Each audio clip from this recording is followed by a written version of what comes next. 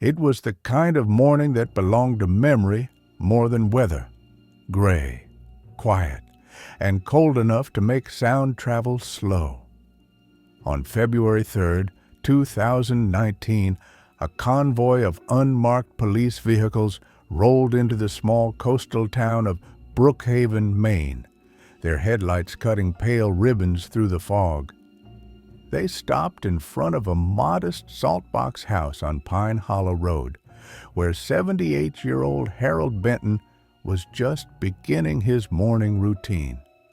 Inside, the aroma of black coffee mingled with the hum of an old radio playing low jazz.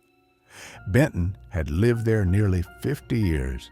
Teacher, mentor, volunteer, neighbor. To most, he was a man made of calm routine and small kindnesses. But that morning, when the knock came at 6:42 a.m., everything quiet about his life shattered. "Mr. Benton," said Detective Lauren Price, "we have a warrant for your arrest in connection with the 1979 murder of Clara Whitmore." Neighbors who had lived beside Benton for decades watched from their windows as officers moved in quiet formation across his frost-glazed lawn. The scene was eerily calm. No shouting, no resistance, only the muted scrape of boots and the soft rattle of a handcuff chain. From behind a curtain, Mrs. Delaney, who'd exchanged Christmas cards with Benton every year since 1981, clutched her robe tighter. "He looked so peaceful," she later told reporters, "like a man who'd been expecting this for a long time." As police led him down the front steps, Benton turned once toward the weathered greenhouse behind his house, a structure of cracked glass and ivy that locals had always thought of as his refuge. He lingered for half a second, then nodded faintly, as if acknowledging a secret only he understood. Within minutes, he was gone, and the silence that followed felt heavier than the arrest itself. By mid-morning, the news had spread through Brookhaven like a winter storm warning. A retired teacher, beloved, charitable, the kind of man who still wrote recommendation letters by hand, had been arrested for a murder most had forgotten. The local radio interrupted its fishing forecast to read the headline aloud, disbelief thick in the announcer's voice. At the diner on Main Street, regulars clustered around the counter, whispering theories between bites of toast. "Not Harold," said one man, shaking his head. "He taught my son chemistry." He couldn't hurt a fly, but others, quieter and older, remembered the whispers from years past. The girl found dead near the college greenhouse, the investigation that went nowhere, the way Benton had always shown up to vigils and fundraisers with coffee and calm sympathy. "Sometimes the ones who watch the hardest," an old farmer muttered, "are the ones waiting to see if you'll find them." To understand why the arrest sent such tremors through the town, you have to go back to October 1979, when Brookhaven was still a place where doors stayed unlocked and nights were measured by the slow blink of the harbor's lighthouse. It was there, on the edge of the Eastern Maine College campus, that 21-year-old Clara Whitmore was last seen alive. She was bright, methodical, and endlessly curious, an aspiring botanist who believed that everything, even the forgotten, could bloom again. Her world revolved around the small campus greenhouse, a place of warmth against the bitter coastal cold. When her roommate found the greenhouse door ajar the next morning, frost clinging to the inside of the glass, Clara was there, strangled with her own scarf, a notebook open beside her, its pages stained by the condensation of her final breath.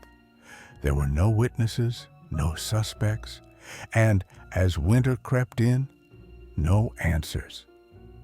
The murder of Clara Whitmore shattered Brookhaven's illusion of safety overnight. Police sealed off the greenhouse, its glass panes glinting like fractured mirrors under the floodlights. Reporters from Bangor and Portland swarmed the quiet college grounds, their breath fogging in the cold as they broadcast live from behind yellow tape. Students were escorted in groups, curfews were imposed, and every stranger suddenly felt like a threat. The local paper ran the headline, "Bright Future Cut Short." Clara's professors described her as one of the most promising students in the biology program, already assisting in advanced botanical studies despite her age. Her parents, Robert and Ellen Whitmore, drove from Augusta that same night. Witnesses said Ellen collapsed when she saw the greenhouse from the car window. "She loved that place," Ellen whispered to a detective through tears. "She said it felt alive." The irony was unbearable. It had been her sanctuary and her tomb. Detective Frank Mulligan, a veteran investigator nearing retirement, was assigned to lead the case. He approached it like a man trying to hold water in his hands, grasping every lead, losing most before he could close his fist. His initial findings painted a narrow window of opportunity. Clara had last been seen at 8:15 p.m., leaving the campus library carrying a small stack of books on plant physiology. The greenhouse lights were reported on at 9:30, and by 6:45 a.m., her body was found. No signs of forced entry, no fingerprints that didn't belong. Only 2 coffee cups sat cooling on the workbench. One hers, one wiped clean. Later, lab notes confirmed the prints belonged only to Clara. The second handle had been carefully polished. She knew her killer, Mulligan told the press, and trusted them enough to share a cup. For weeks, detectives interviewed classmates, faculty, and maintenance staff. Everyone had alibis. Everyone but one name that appeared faintly in the volunteer roster, H. Benton. At the time, Harold Benton was 30 years old, a part-time chemistry instructor who occasionally volunteered to help students with lab techniques. He was well-liked, if a little aloof, the kind of man who spoke softly but commanded attention in a room. When questioned, Benton said he'd seen Clara that evening in passing. She'd asked him about a fertilizer compound used for orchid propagation, and he'd recommended she look it up in the department's manual. He claimed he left campus around 8:30 p.m. to visit his wife, who verified his story. Detectives noted his politeness, his precision, his grief. He seemed genuinely shaken, Mulligan later wrote, offered condolences to the family, and even attended the candlelight vigil. Without physical evidence, suspicion faded as quickly as it had risen. Benton returned to his classroom. The Whitmores buried their daughter, and the case that had once gripped an entire town quietly went cold beneath the first snow of winter. Over the next year, the investigation slowed to a crawl.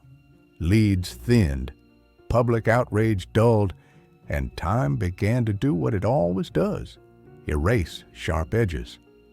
By 1981, the Whitmore case had become a cautionary whisper in Brookhaven, the kind of story parents told their daughters when they walked home from class after dark. Detective Mulligan retired without resolution, leaving the evidence sealed in 2 cardboard boxes labeled Greenhouse Homicide.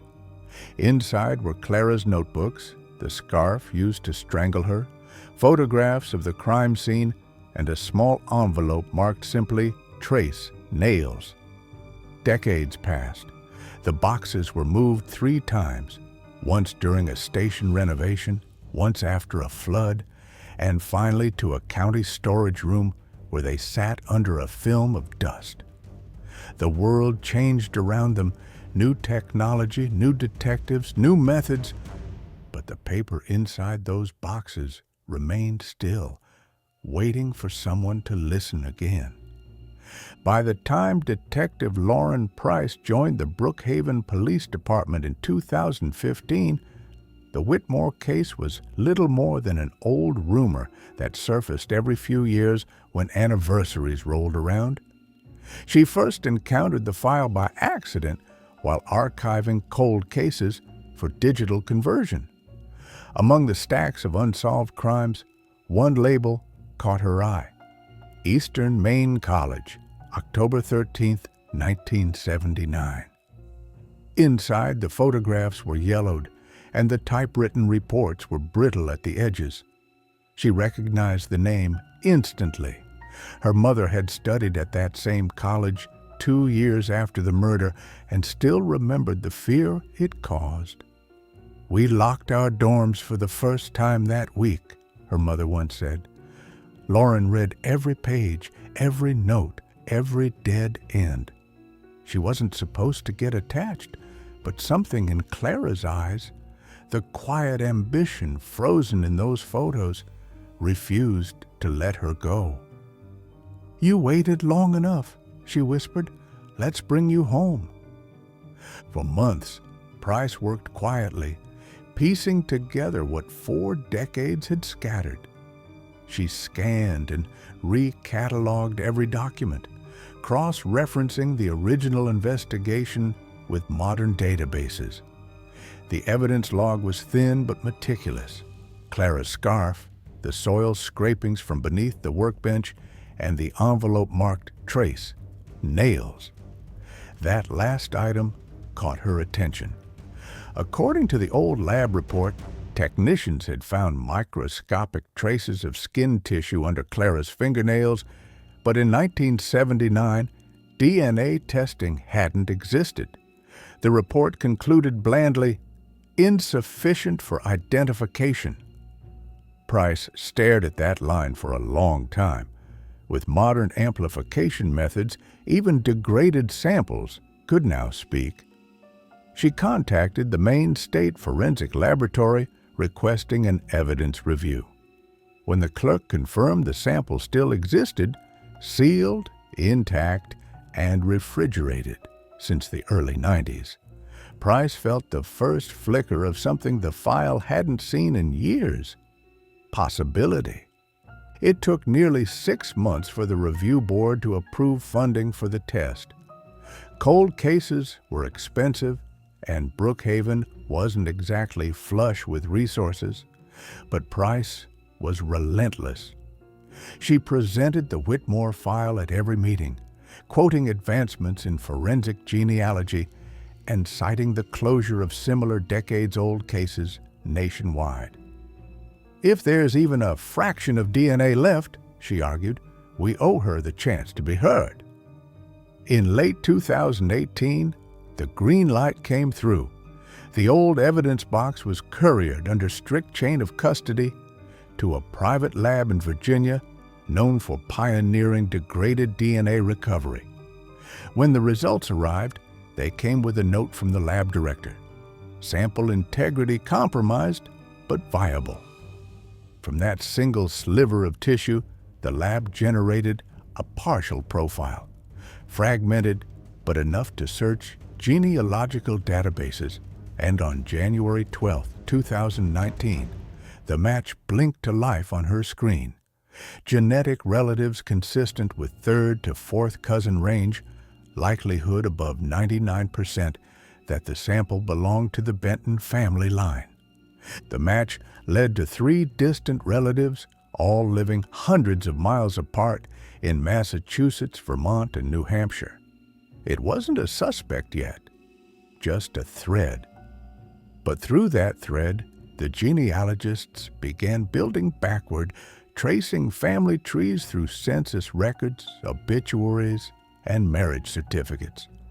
The work was painstaking and often uncertain, like reconstructing a forest from a single fallen leaf. Week by week, the branches began to converge toward one name repeated across generations of records: Harold E. Benton, born 1941, Brookhaven, Maine. When the results reached her desk, Detective Price froze. She recognized the name immediately. It appeared twice in the original case file, both times as a volunteer and a trusted academic resource. He'd even been interviewed once, described by investigators as cooperative, articulate, and deeply saddened. For 40 years, Benton had lived quietly in the same town, a few miles from where Clara died, teaching chemistry and running a community greenhouse that bore his name. At first, Price thought it had to be coincidence, an error in record linkage, maybe an unrelated relative, but the more she checked, the worse it fit. Benton hadn't moved far, hadn't changed his name, hadn't even changed addresses except once, when he bought the property on Pine Hollow Road in 1980, less than a year after the murder. He'd taught for decades, chaired committees, written columns for the local paper about the patience of nature. His reputation was almost saintly, but Price noticed details that didn't age as well as the man himself. He'd kept a lifelong interest in orchid propagation, the same type of flower Clara had been experimenting with the night she died. He still made annual donations to the college's botany fund, and each October he placed a bouquet of white lilies at the Whitmore family memorial. Either that's guilt, Price muttered, or obsession. In Brookhaven, maybe both meant the same thing. Price began surveillance quietly, keeping her intentions known only to her captain and one forensic analyst. For 3 weeks in February 2019, she watched Benton's routines unfold with near ritual precision. He rose at 6, brewed coffee, read the same morning paper he'd subscribed to since the 1980s. Every afternoon, he drove his old Subaru into town, spent 2 hours tending to the community greenhouse, and returned home before dusk. Nothing seemed sinister, just the predictable rhythm of a widowed retiree. Yet something in that perfection unsettled her. People who live that clean, she told her partner, usually have something they're polishing away. On February 22nd, Benton visited a cafe on Main Street, left behind a paper cup, and drove home unaware that it was retrieved minutes later by an undercover officer. The lab results arrived 4 days later. When Price opened the email, her breath hitched. DNA match, 99.9997% certainty. The ghost had a name, and it was Harold Benton. The arrest plan came together within 48 hours. Brookhaven hadn't seen a homicide warrant executed in nearly a decade, let alone for a crime older than most of its officers.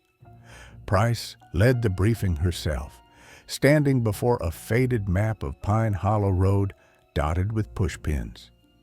"He's 78, she said, "but don't mistake that for harmless." She reviewed every contingency, his routines, exits, medical conditions, even the slope of his driveway. "We do this clean, quiet, and with respect. No cowboy tactics." On February 3rd, 2019, the operation began before dawn. The convoy rolled in under fog and silence, headlights off until the last possible moment. When Benton opened the door, his expression was calm, unreadable. Price read him his rights. He offered no protest, only glanced past her shoulder toward the greenhouse, shimmering faintly in the morning mist. "You found me," he said softly. "It took longer than I thought." Inside the house, everything was orderly, almost obsessively so. The furniture was polished, the books alphabetized, and every surface gleamed with the faint scent of lemon oil. It was the kind of precision that came not from tidiness, but control. As the officers moved through each room, cataloging items for evidence, Price noticed something odd. There were plants everywhere. Violets on the windowsill, orchids in the study, small glass jars filled with pressed petals lining the shelves. "He kept a museum of her world," one officer whispered. In the basement, beneath an old workbench, they found a locked wooden chest wrapped in layers of wax paper.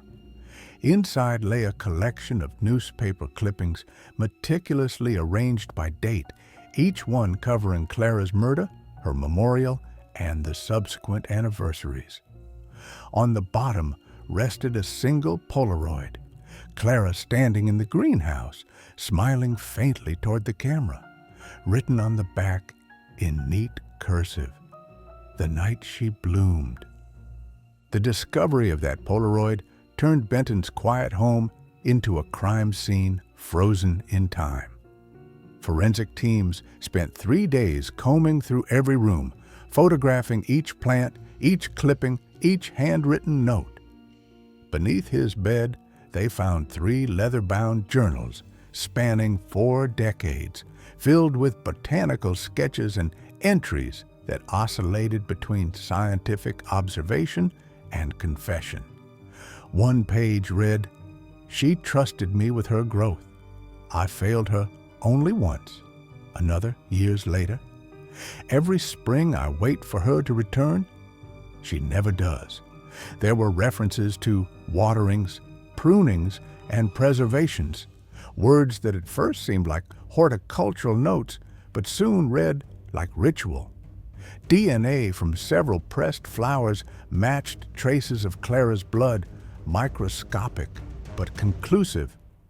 "He didn't bury her memory," Price said grimly. "He cultivated it." To the officers who had once called him a mentor, the evidence felt almost personal, proof that the warmth they'd admired was only ever camouflage for rot. Interrogating Benton was unlike any interview Detective Price had ever conducted. He didn't posture, didn't deny, didn't even ask for a lawyer right away.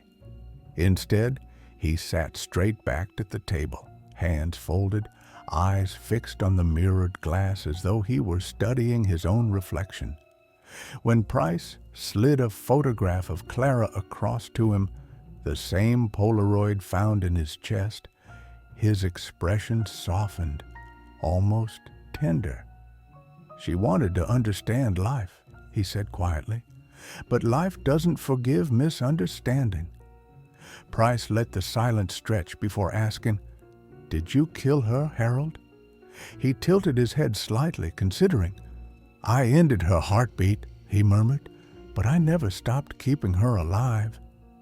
Every word felt rehearsed, deliberate, like a man defending a thesis rather than confessing to murder. It was as if, in his mind, Clara was not gone, but preserved, still blooming somewhere inside his careful, cultivated guilt. The interrogation stretched for hours, recorded in full, 4 tapes of quiet tension and calm horror.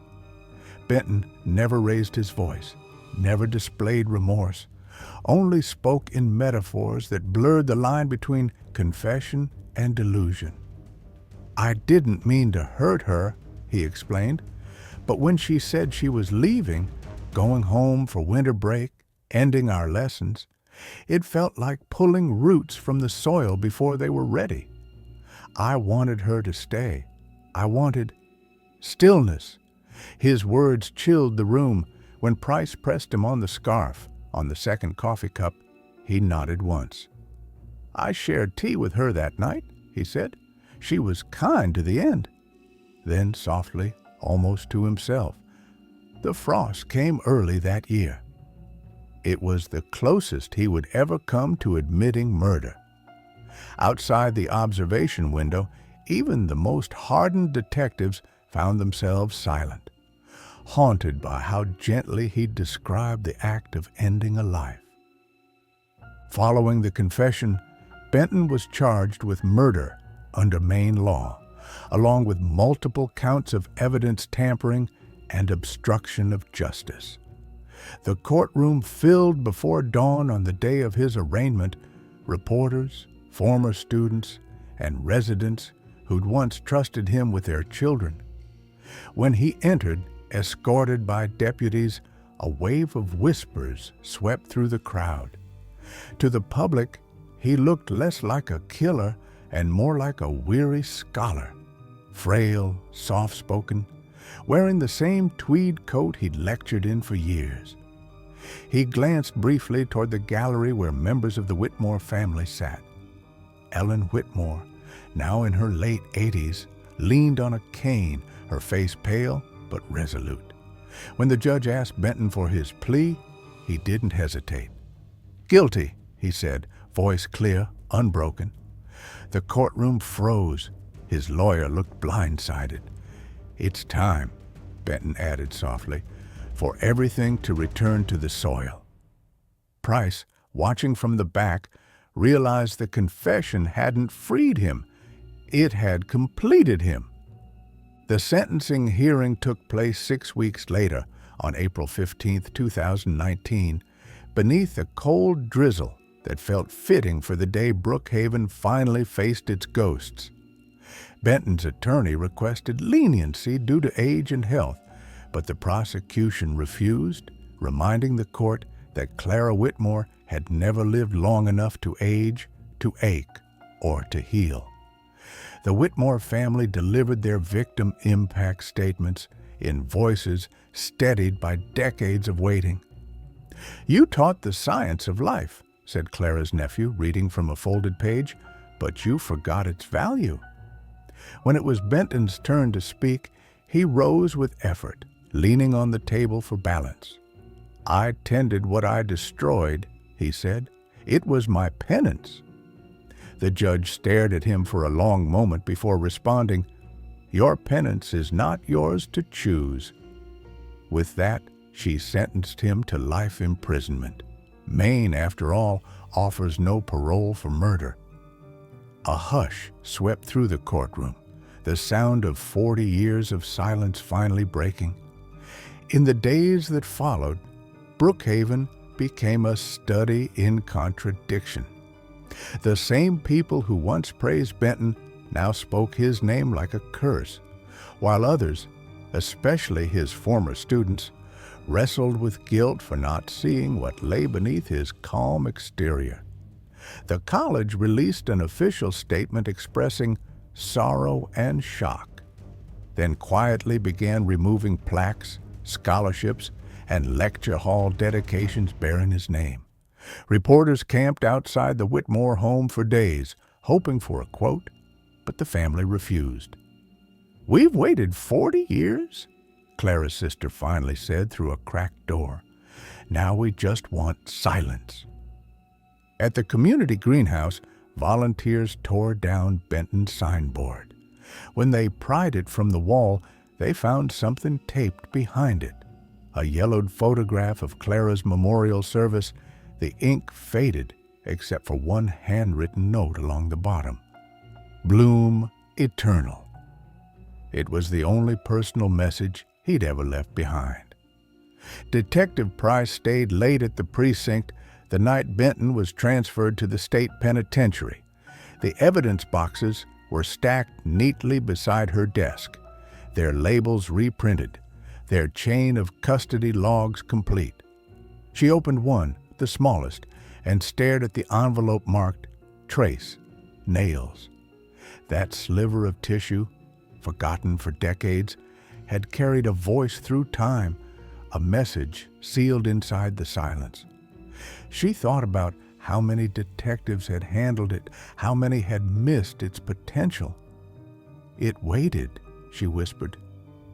Around midnight, she shut the file for the last time, scrawling one final note in the margin of her case summary: "Closure doesn't erase, it roots."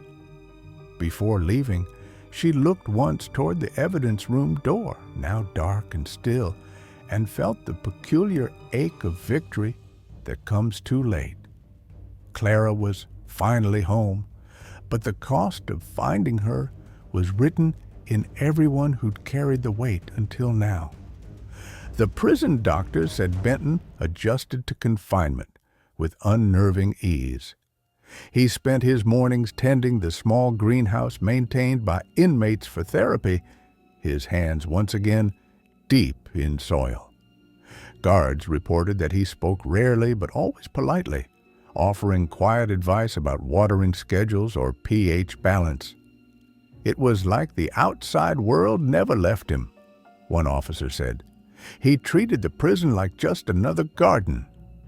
Once a month, he received a letter from an anonymous sender, always unsigned, always containing a single pressed flower. No one ever discovered who sent them. In April 2022, guards found Benton seated by his cell window at dawn, motionless, eyes half open. On the desk before him lay one final letter and a violet petal. Written beneath it, in the same delicate script that once labeled his clippings, were the words, "The frost has come. He died before breakfast." News of Benton's death rippled through Brookhaven quietly. No headlines this time, no press conferences, just a few paragraphs in the local paper between weather updates and a town hall notice. Most residents had already moved on. Some were relieved, some indifferent, and a few felt something stranger, a hollow kind of pity. "He died like he lived," one neighbor said, "neat, quiet, and hidden."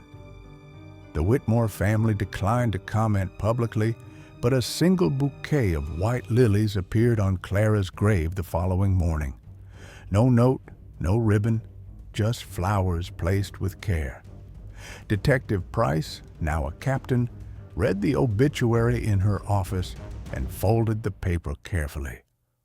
"Full circle," she murmured, but the thought didn't bring comfort. Benton's death didn't undo the years stolen, nor the ripple his crime had left in a town that once thought itself untouched by darkness. Closure, she realized, was never the same as peace. That spring, Eastern Maine College announced plans to rebuild the abandoned greenhouse on campus, not as a research facility, but as a memorial garden in Clara's name. Architecture students collaborated with horticulture majors to design it exactly as the old one had been, minus the shadows. The new structure was flooded with light, its roof made of tempered glass that refracted sunlight into ribbons across the soil. A bronze plaque near the entrance read, "Dedicated to Clara Whitmore, who believed everything could bloom again." During the opening ceremony, Detective Price stood near the back, her hands clasped loosely in front of her. She listened as the dean spoke about resilience and renewal, words that felt both fragile and earned. When the ribbon was cut, the crowd applauded softly, almost reverently. For the first time in 43 years, the greenhouse was open again, alive but unburdened. The memorial garden became more than a tribute, it became a pilgrimage. Students left handwritten notes tucked between flower pots, often thanking Clara for being found or for teaching us patience. Professors brought their classes there each spring to discuss ethics, justice, and the fragility of truth. Even tourists stopped by, snapping photos of the bronze plaque glinting in the sun. On quiet mornings, the gardeners said they sometimes heard the faint echo of footsteps along the old path, though no one ever appeared.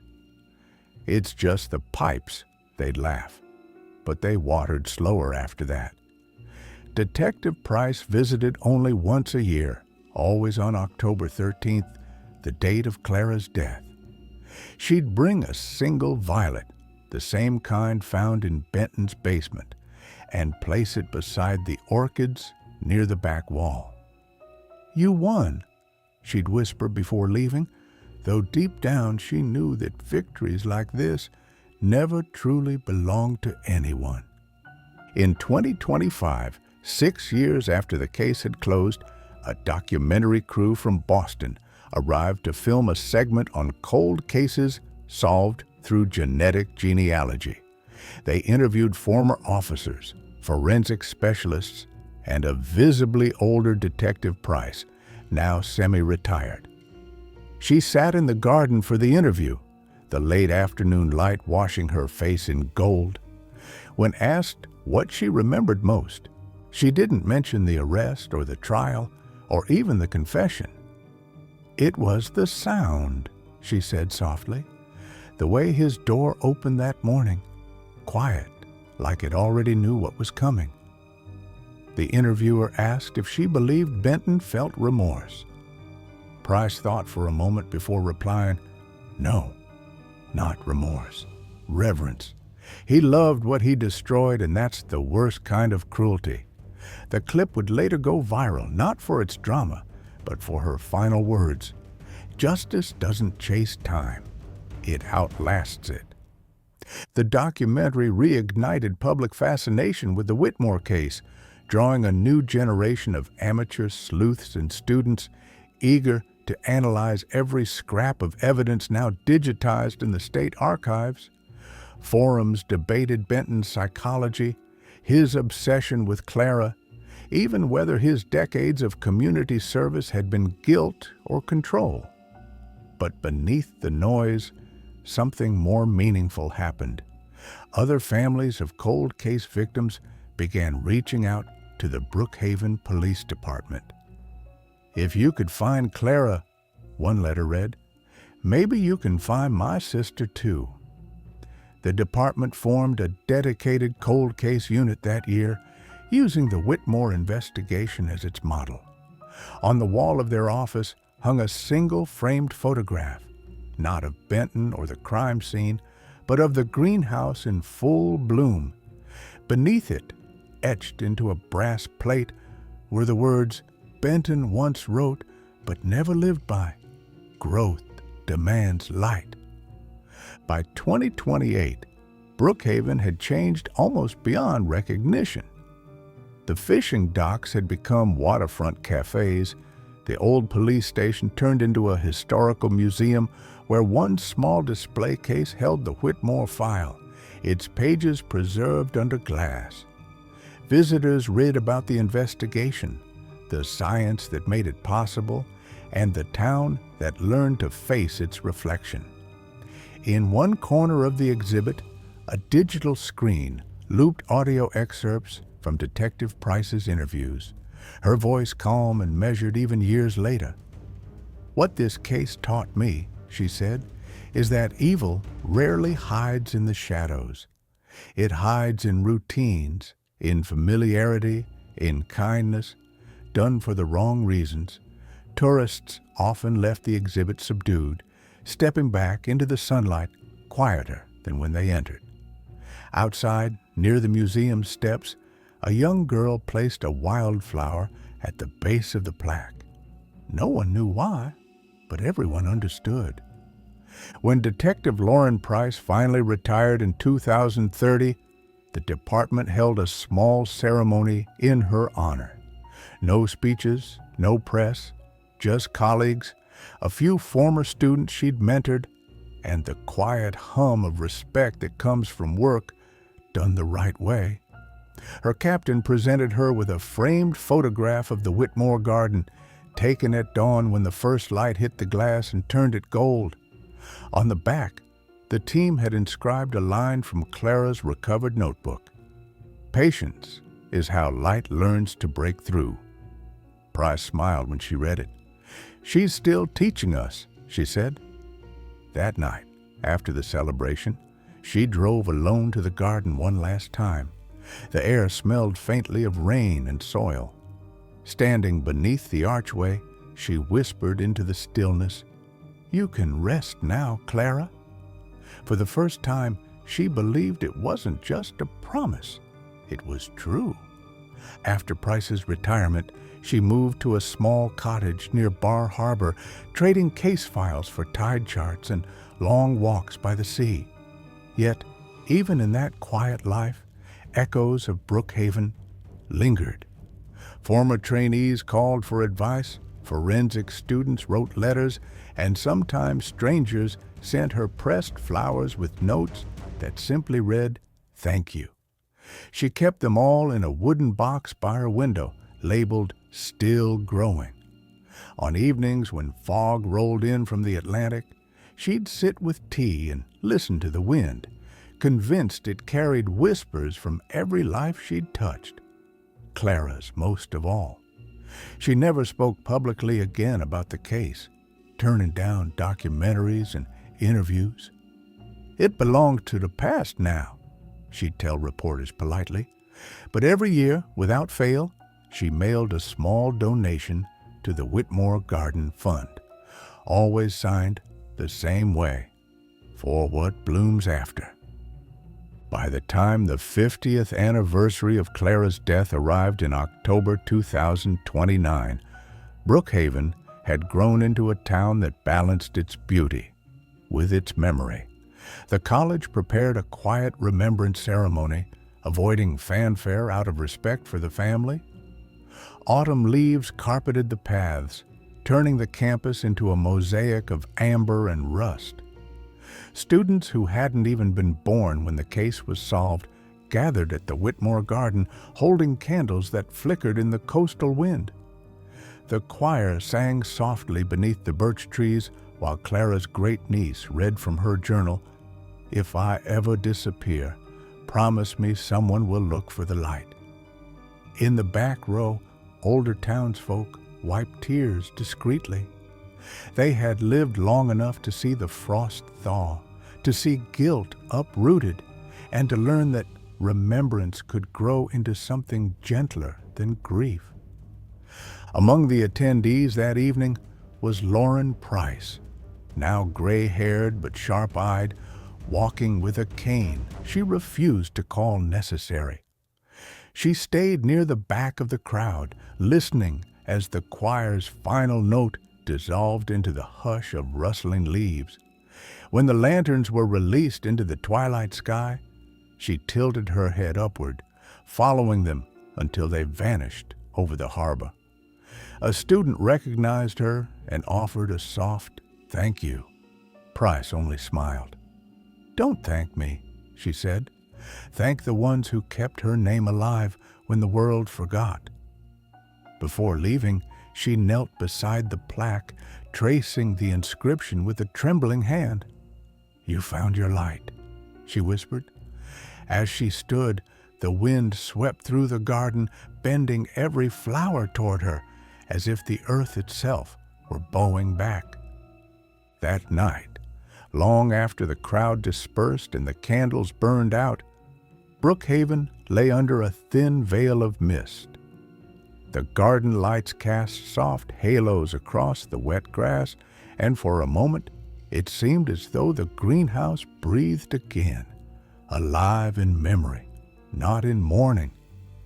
From her cottage miles away, Lauren Price sat by her window, watching the sea glitter beneath the moon.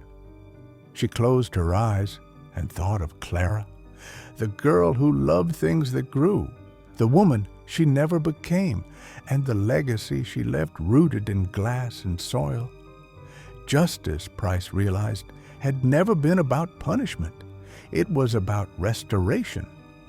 Somewhere between wind and silence, she swore she could hear the faint creak of a greenhouse door and the whisper of petals brushing against glass.